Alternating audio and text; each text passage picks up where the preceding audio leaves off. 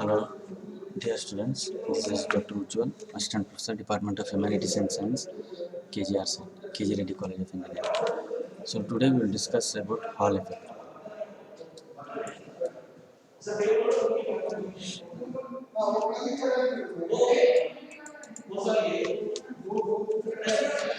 When a material carrying current is subjected to magnetic field in a direction perpendicular to the direction of current, an electric field is developed in a direction perpendicular to both the directions of magnetic field and current.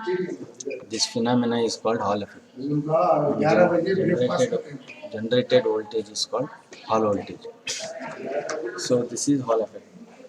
When a piece of conductor, as we have told, a metal, it may be metal or semiconductor, if it is carrying current, when in this particular semiconductor or metal is placed in a transverse magnetic field, the electric field is produced inside the conductor in a direction normal to both the current and the applied magnetic field. This phenomena is known as Hall effect, and generated voltage is called Hall voltage.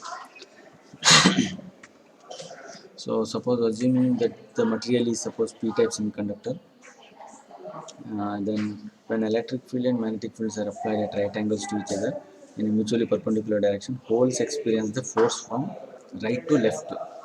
So as a result, there is an accumulation of holes on the one face. Suppose if we are subjecting the semiconductor to the magnetic field, semiconductor to charge carriers, holes accumulate in phase one, and the electrons will accumulate on the second phase. So instead, suppose if you study the N-type semiconductor, electron accumulate on the phase one and holes on the other meter. Then voltmeter connected indicates both the magnitude as well as the type of charge accumulated. So suppose it was generally believed that the critical current, as we can see here, critical current in solids is due to flow of only electrons. Suppose if it is a metal, but in semiconductors, as we have discussed, the external effect of current is due to both the current of both negative and positive charge carriers, because in metals we only have one sequence charge carriers, one type of charge carriers called electron, but in case of semiconductor there are two charge carriers. As in the last class we discussed, electrons and holes both contribute to uh, charge conductivity. So here both negative and positive charge carriers inside the solids are responsible. So it is not possible to assert the sign of the charges of the direction of current from the direction of current, because it is the same whether positive charge flow in that direction or negative charge flow in opposite direction. Now we will see one small activity.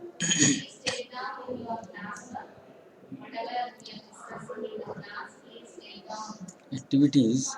Now we already know that when current carrying conductor or semiconductor, it is placed in a magnetic field, electric field will be developed. So this electric field, in which direction? We told it is perpendicular to both magnetic field and the current direction.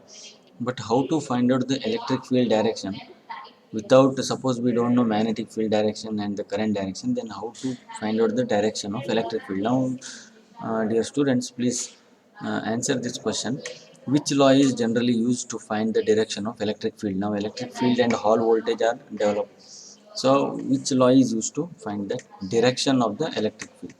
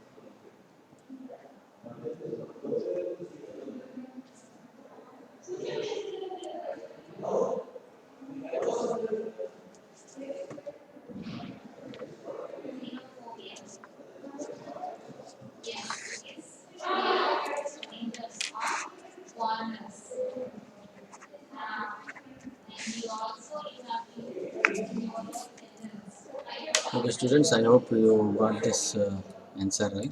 We will discuss the which law in the forthcoming slides.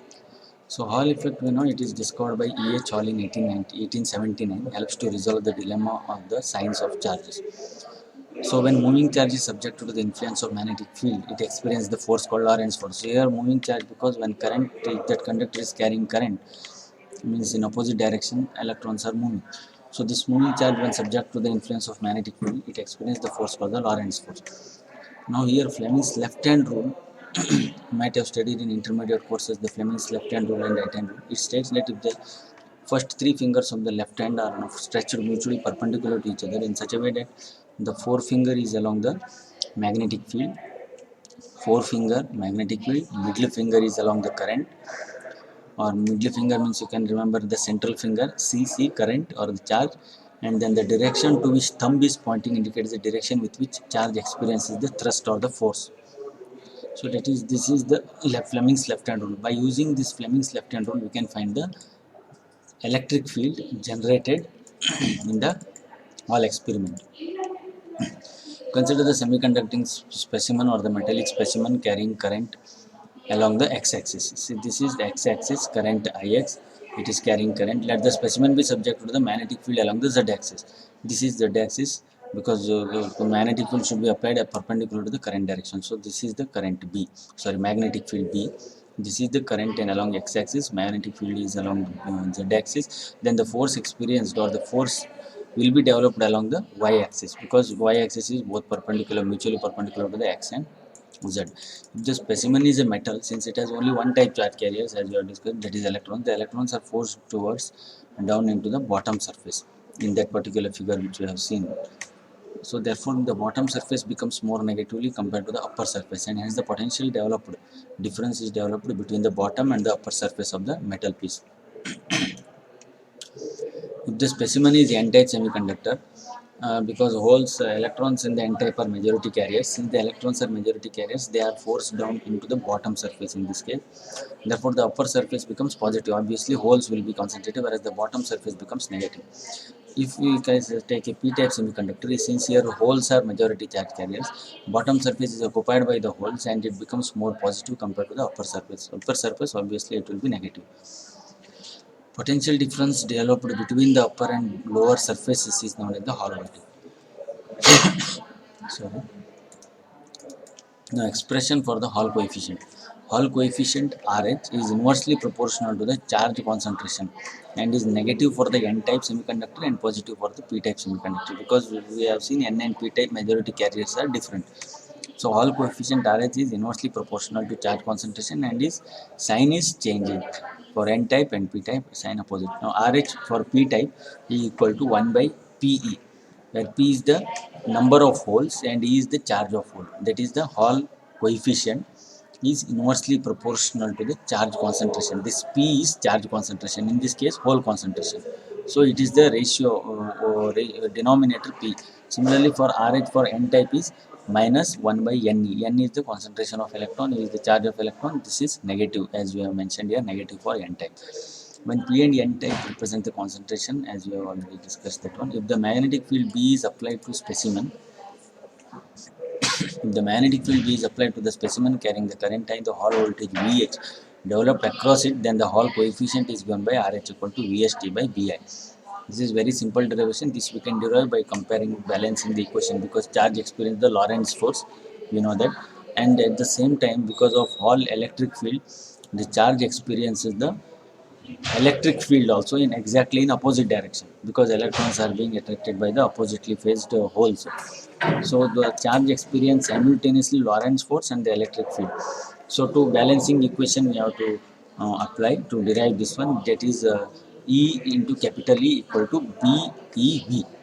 V is the drift velocity of electron. So this after simplification we will get RH. RH is the Hall coefficient and this is called Vht by Vi. V is the magnetic field, I is the current, T is the thickness of specimen or the metal, and Vh is the Hall voltage. Hall voltage we can measure with the help of connecting the voltmeter across the phase, across the two phase where electric field is generated. This gives the Hall voltage. Now we will see application of Hall effect.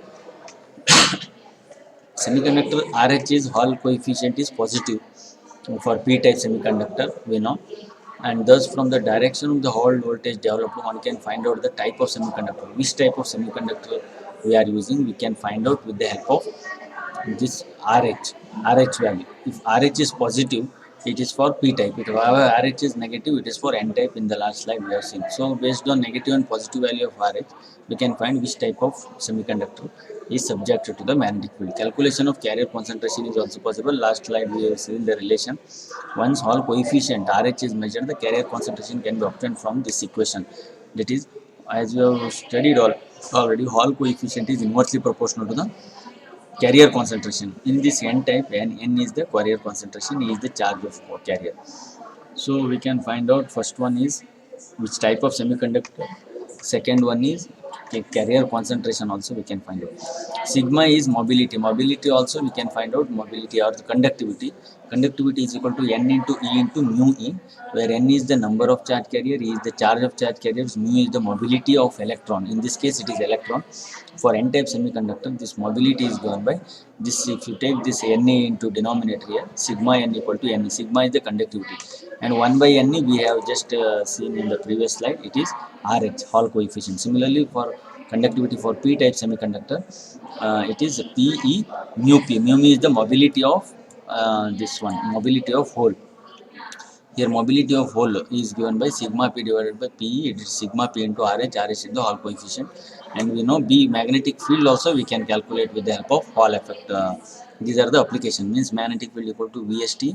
VH we can find out by connecting voltmeter across the electric field which produced after we subjected it to magnetic field. And T is the thickness of specimen, I is the current, and RH is the Hall coefficient. With this we can find out the magnetic field, and with the Hall effect we can find magnetic field. We can with the Hall effect we can find conductivity of charge carrier, mobility of charge carrier. With the Hall effect we can find out the carrier concentration, and also number of which type of semiconductor material, whether N or P type.